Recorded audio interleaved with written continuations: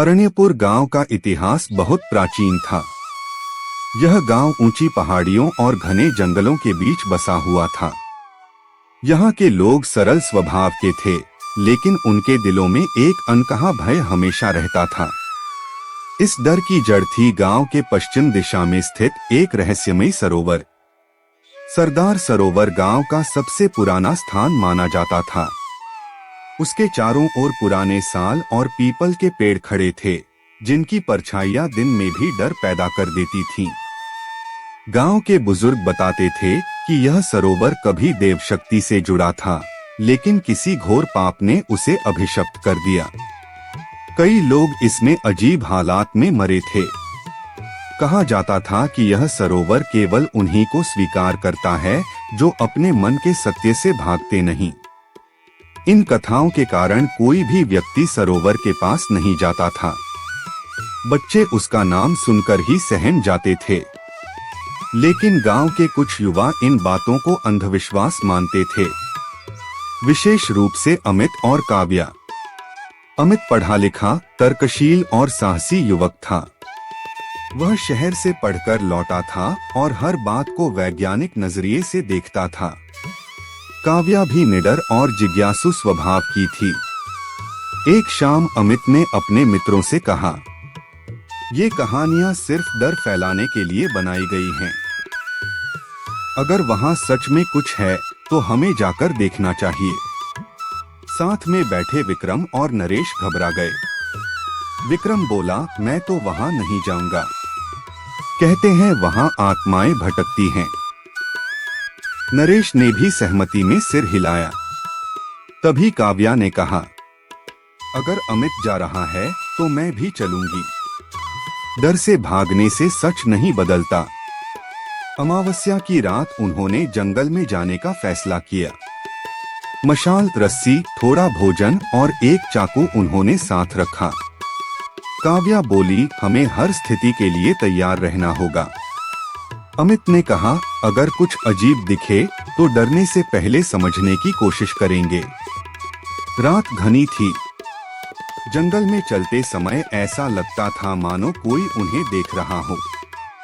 हवा में सरसराहट थी और पेड़ों की डालियां अजीब आवाज कर रही थीं। रास्ते में उन्हें एक पुराना मंदिर दिखा।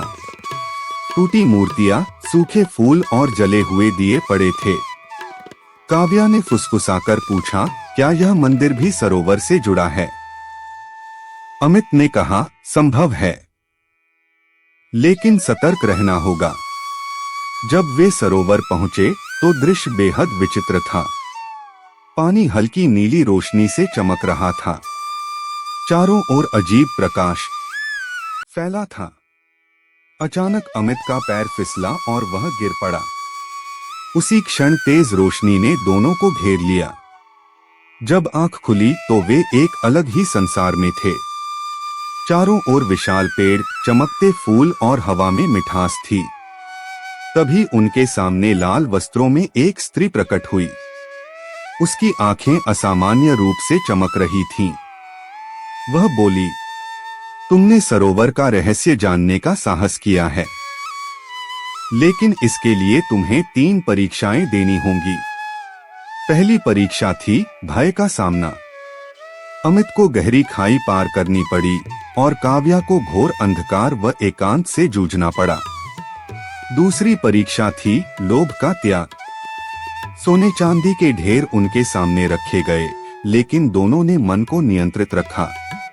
तीसरी परीक्षा थी सत्य का स्वीकार, जहां उन्हें एक दूसरे के विरुद्ध खड़े होने का अवसर मिला, लेकिन उन्होंने विश्वास नहीं तोड़ा। परीक्षाएं पूरी होने पर स्त्री बोली, यह सरोवर आत्मा का दर्पण है। केवल शुद्ध मन वाले ही इसे पार कर सकते हैं। फिर उसने चेतावनी दी, तुम लौटोगे, लेकिन वही जगह नहीं पाओगे जो छोड़कर गए थे। क्षण भर में सब बदल गया। वे फिर सरोवर के किनारे थे, लेकिन अब सामने एक दूसरा सरोवर था। उसका पानी लालिमा लिए था और चारों ओर कोहरा था। तभी एक और स्त्री प्रकट हुई। उसकी आंखों में गहरी क्रूरता थी। वह बोली, पहले जो देवी थी वह मेरा शुद्ध रूप था, अब मैं उसी का शापित अंश हूँ। उसने बताया कि कैसे लोभ और हिंसा ने उसे श्रापित आत्मा बना दिया। समय जैसे थम गया, सरोवर गायब हो गया और वे घने जंगल में पहुंच गए। चलते चलते वे उसी मंदिर में आ गए, लेकिन अब वह भयावह था। एक वृद्ध पुजारी ने उन्हें देखा और कहा, तुम यहाँ संयोग से नहीं आए हो, तुम्हारा इससे पुराना नाता है। उसने बताया कि दोनों का पिछला जन्म इसी गांव से जुड़ा था। वे ही थे जिन्होंने धन और शक्ति के लोभ में देवी पर आक्रमण किया था, जिससे यह स्थान शापित हुआ। सरोवर से आवाज आई, अपने पाप स्वीकार करो, तभी मुक्ति मिलेगी। दोनों ने अपने पूर्व जन्म की गलती मानी, देवी से क्षमा मांगी और मंदिर में पूजा कर प्रायश्चित किया। धीरे धीरे सरोवर का पानी शांत हो गया। नीली रोशनी फिर से फैल गई। गांव से भय मिट गया। अमित और काव्या समझ गए थे, कर्म से भागा नहीं जा सकता, केवल स्वीकार कर सुधारा जा सकता है।